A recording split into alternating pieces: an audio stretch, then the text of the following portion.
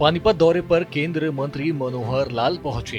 इस दौरान केंद्रीय मंत्री मनोहर लाल ने कहा कि देश की टैक्स व्यवस्था को सरल और पारदर्शी बनाने के प्रयास अब रंग ला रहे हैं।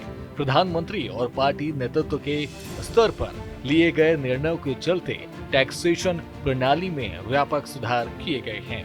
इसके परिणाम स्वरूप जीएसटी कलेक्शन लगभग 3 गुना बढ़ गया है। केंद्रीय मंत्री ने बताया कि सरकार का उद्देश्य उद्योगपतियों को सुरक्षित रखना और आम जनता को राहत देना है। उन्होंने किसानों के लिए कामयाबी की बातें साझा की और कहा कि फसल 17% नमी पर आ जाएगी, उसी दिन खरीद शुरू कर देंगे। और एक समय ऐसा था जब 2017 के अंदर जीएसटी शुरू हुआ तो उसमें पहले महीने का जो जीएसटी कलेक्शन था वो 80,000 करोड़ रुपया था। अर्थात 17 से 25 टैक्स की कलेक्शन 3 गुना बढ़ी। तो बढ़ी इसलिए कि उसमें समय समय रिफॉर्म भी किए जाने लगे और उसमें लोगों का रजिस्ट्रेशन ये भी बढ़ाया जाने लगा। तो इस प्रकार से ये जो टैक्स का दायरा जितना ज़्यादा बढ़ता है उतना हमारे पास उसका लाभ मिलता है।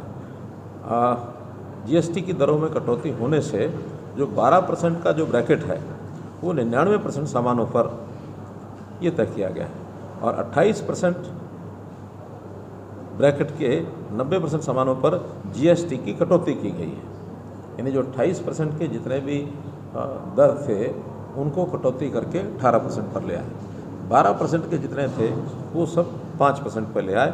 99%, 1% ऐसा है जो या तो 18 पर गया है या 18 पर ही गया होगा, 1% ऐसा जो 12 से 18 पर भी ले गए हैं। और उसमें हेतु यही रहा कि जो हर भारतीय नागरिक जो अपने जिसको सामान्य श्रेणी का कह सकते हैं उसके ऊपर टैक्स की कटौती की जाए और जो अच्छा जिसको कहना चाहिए कि कुछ विलासिता की चीज़ें हैं, कुछ अमीर आदमियों के खरीदने की चीज़ें हैं जो अफोर्ड कर सकते हैं, उनको अगर 12 से 18 भी ले जाएंगे तो दिक्कत नहीं आएगी।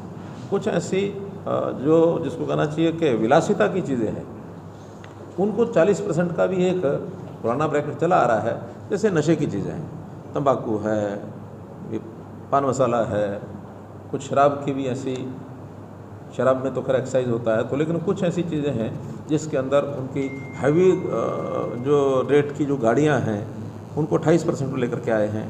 तो विलासिता की चीज़ें 40% पर भी गई हैं। तो पानीपत में केंद्रीय मंत्री मनोहर लाल ने टैक्स सुधारों और सरकार की उपलब्धियों पर प्रेस वार्ता कर आम जनता और उद्योगपतियों को भरोसा दिलाया। सरकार का कहना है कि पारदर्शिता और सरलता से देश के विकास को नई गति मिलेगी। पानीपत से सुमित भारद्वाज की रिपोर्ट, सूर्य समाचार।